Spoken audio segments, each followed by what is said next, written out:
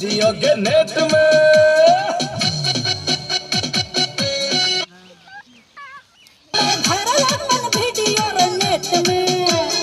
reel बने तोड़ी खेत में हेते वायरल अपन वीडियो के नेट में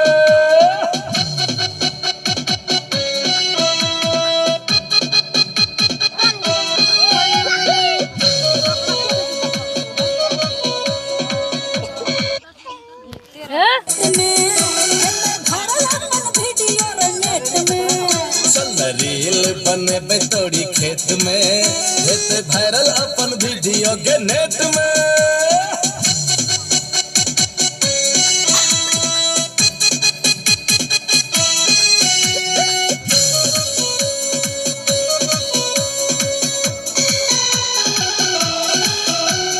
सुना चाकी लगे चलना वीडियो बने